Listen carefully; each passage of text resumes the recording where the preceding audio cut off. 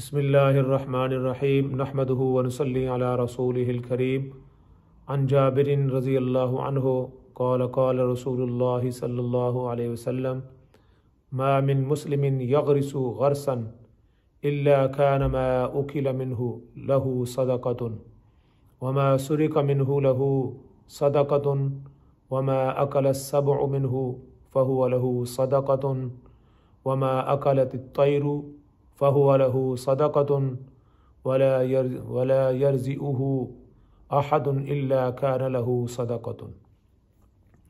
یہ صحیح مسلم کی حدیث ہے۔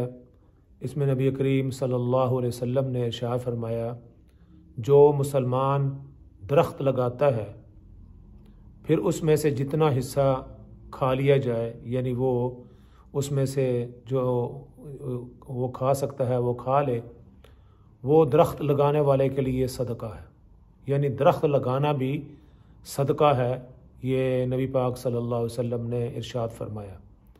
اس سے کیا پتہ چلتا ہے کہ صرف قرآن حکیم کی تلاوت کرنا اور کسی کو نقدی پیسے دینا یا کوئی دیگ بنا کر کھانا بنا کر کسی کو دینا یہ صدقہ نہیں، بلکہ درخت لگانا بھی صدقہ ہے۔ اور آپ صلی اللہ علیہ وسلم اس کے بعد ارشاد فرمایا، اس میں سے جو چرا لیا جائے، یعنی اس میں سے کچھ لوگ، کچھ بچے یا کوئی آدمی اس میں سے کوئی اس درخت سے توڑ کر کوئی فروٹ کھا لیتا ہے، فرمایا وہ بھی اس کے لیے صدقہ ہے، اس کا بھی اس کو ثواب ملے گا۔ اور اس میں فرمایا کہ اور اس میں سے جتنے کوئی درندے اس میں سے کھا لیتے ہیں تو وہ بھی فرمایا اس کے لیے صدقہ ہے۔ اور اس کے بعد فرمایا کہ ما اکلت الطیر، اس میں سے اگر کوئی پرندے کھا لیتے ہیں، چڑیاں، باز، کبوتر، کوے، اگر وہ اس میں سے کھاتے ہیں تو فرمایا کہ لہو صدقۃ، وہ بھی اس آدمی کے لیے صدقہ ہے۔ آپ صلی اللہ علیہ وسلم فرمایا کہ ولا یرزئہ احد الا کان لہ صدقۃ، غرض کہ کوئی بھی اس درخت سے کچھ بھی توڑ لیتا ہے، اس وجہ سے کم فروٹ کم ہو جاتا ہے تو فرمایا وہ درخت لگانے والے کے لیے صدقہ ہے۔ تو یہ حدیث جو ہے نبی پاک صلی اللہ علیہ وسلم کی، یہ ہمیں اس چیز کی ترغیب دیتی ہے کہ آپ جہاں اور صدقے کا کام کرتے ہیں، ثواب کا کام کرتے ہیں، تو درخت بھی لگائیں۔ اور خاص کر ہمارے ملک میں جہاں گرمی کی شدت ہوتی ہے اور تو وہاں سایہ چاہیے ہوتا ہے، اور پھر یہ پولوشن کو کم کرتے ہیں اور گرمی کو کم کرتے ہیں، جو ہے اس سے جہاں آپ درخت کے ساتھ بیٹھیں تو آپ کو ٹھنڈی ہوائیں آتی ہیں۔ تو آدمی کو چاہیے کہ وہ درخت لگائے، اور درخت بھی پھلدار لگائے اور پھولدار لگائے، اور جس پر فروٹ بھی آتا ہو اس طرح کا لگائے تو اور بھی ثواب ہوگا۔ یعنی اس میں سے اگر خود بھی کھائے گا وہ بھی صدقہ ہے، اور اس میں سے کوئی لوگ کھائیں گے، کوئی چرا کے کھائیں گے، کوئی دوست احباب کھائیں گے، وہ بھی اس کے لیے صدقہ ہوگا۔ اور آپ صلی اللہ علیہ وسلم یہ بھی ارشاد فرمایا کہ اس میں سے اگر درندے کھاتے ہیں، یعنی جو ایسے جانور ہیں جو چیر پھاڑ کرتے ہیں، وہ اگر اس میں سے کھا لیتے ہیں تو وہ بھی اس شخص کے لیے صدقہ ہے۔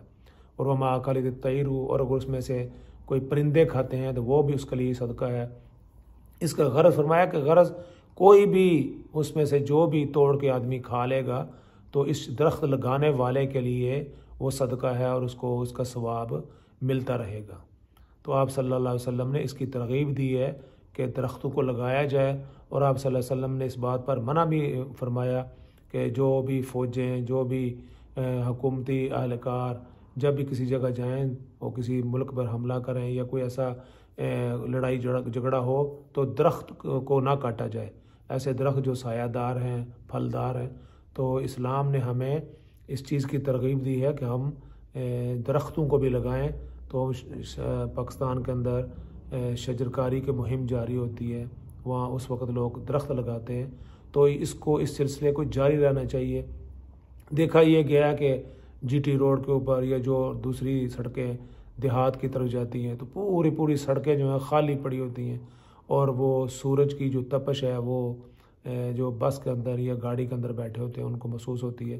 اور اگر وہی اسی جگہ پر درخت لگے ہوں تو انوائرمنٹ تبدیل ہو جاتا ہے، ٹھنڈی ہوائیں آنی شروع ہو جاتی ہیں، سایہ ملنا شروع ہو جاتا ہے، اور اس کے سائے کے نیچے آ کر جو ہے نا وہ جو آپ کے جانور ہیں، گدھے، گھوڑے، بکریاں، وہ بھی آ کر آرام کرتی ہیں.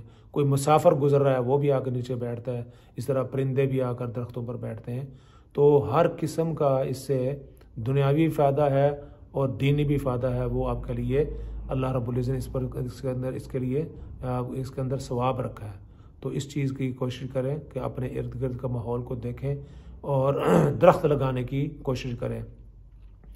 تو یہ اس میں آپ کا بھی فائدہ ہوگا، عوام کا بھی فائدہ ہوگا، اور آپ کے لیے صدقہ جاریہ ہوگا.